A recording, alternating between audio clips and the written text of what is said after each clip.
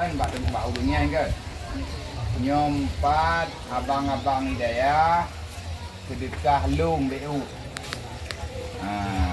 Celeng atalung celeng nyo kalung jo bak ulung dro ne kemandum ne. Pas yang dia ne pakai. Kadang buka. Kak. Abang nyompat na sedekah lung BU lung jo ulung dro ne mandum ne. Nem doa gelung berjiat anak yang salihah, bermalim, bermutua, berberkat dunia akhirat, bermerempok dan surga.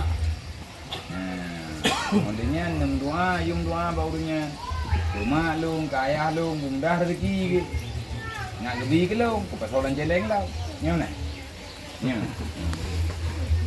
Bak tahu je, bak tunggu kumpah, bak abangnya je. Berat, tidak berat. Si berah lagi biar berah lain. Yang pak bang sedekah lon berah ju.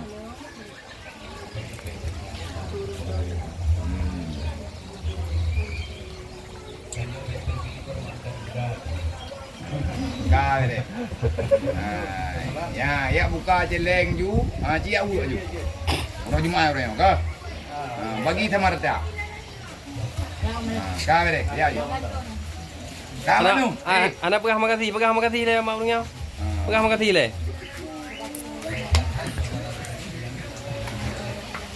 Abang. Bapak juga ada ke? Jom pendek.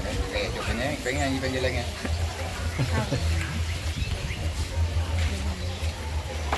Ni abang hanjit cok je pengen. Kecuali bila banyak. Ber? Kenapa ni? Ya anak yatim tak biar. Oh, kan yatim kan anaknya pada punggung. Kenapa ni? Mai boleh kan yatim. Kenapa ni? Ibu lek je anak fakir miskin. Ibu lek anak fakir miskin. Muka je juga dia pakai timbu ini aja.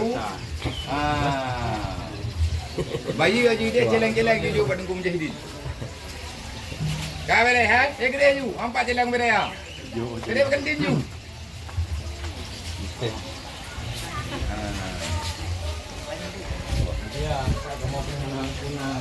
Ya, betul. Kalau terima. Bojak juga dia bergendin. Baik duit aku deh. Maknu, lancar lain baik.